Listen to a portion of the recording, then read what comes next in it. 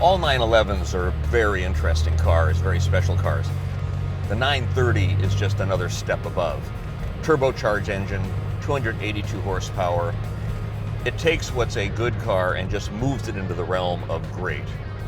And in some ways, you can consider this 1989 930 the last of the Wild Wild West Porsches. And when this boost comes on, it's like a sledgehammer, boom, pushes you down the road. Not always the easiest car to control when the boost comes on. I've always liked the gauge package in 911s. You look in the front of you, you've got your tach, your speedometer, oil temperature, pressure, just all laid out in a very simple, straightforward way.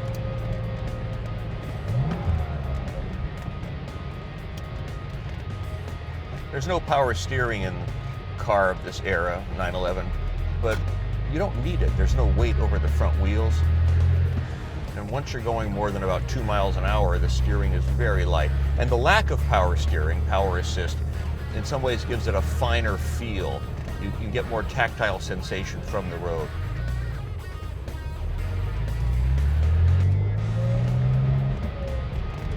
This car has a fair number of miles on it, over 125,000. That's for a turbo, and the chances are that people who own turbos didn't just take them out for Sunday drives. But the car feels really tight. I own a 2001 twin turbo.